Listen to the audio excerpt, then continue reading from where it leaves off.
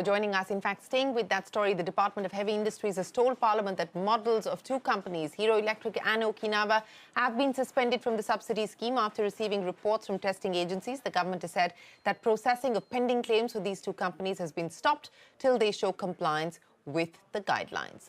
Leaders from the aviation industry have gathered in Delhi for the three-day CAPA India Aviation Summit. The event showcases the industry's growing optimism about the future, with many airlines announcing expansion plans. Madhiya Mujawar and Danish Anand get us the highlights from day two.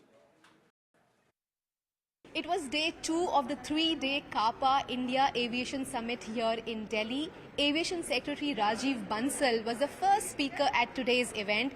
He said Indian carriers need more pilots to fly the 777 or the wide-body aircraft. He also said budget carriers in India need to add more wide-body aircraft in their fleet for India to become an international aviation hub.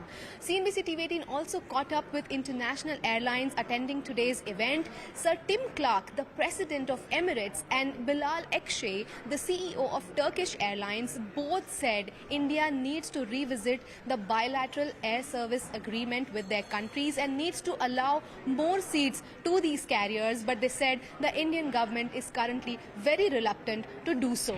International hubs will require wide-body aircraft.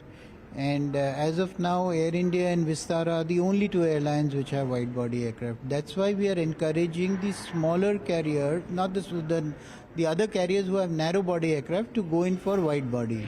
All the Middle East carriers have been asking for additional seats over the last several years, but we have not been giving any additional seats to any Middle East carrier. It's not just about Emirates, it's about the Indian carriers as well, because they're operating at very high seat factors on the Dubai-India market. So long as you don't give them extra seats, then it deprives them, what we reckon, up to $1 billion a year of added income. But that's for the Indian government to decide, not us. I think it is the time to get the more destination and more frequency. It is not necessary to speak what is the past. It's the time. Every airline is here mentioned that their air service agreement it is 5 years ago, 6 years ago, and our air service agreement is amended in 2009. Well, Tata-owned Air India is about to get its second home in London, as from the end of this month, 4 Indian cities will now be directly connected to the London Gatwick Airport. There's 4 routes they're going to be operating, so Cochin, Amritsar, Ahmedabad and Goa. Which are all obviously quite different in terms of the relative attractiveness to the UK outbound market as well as the India market as well. We think they'll be phenomenally popular.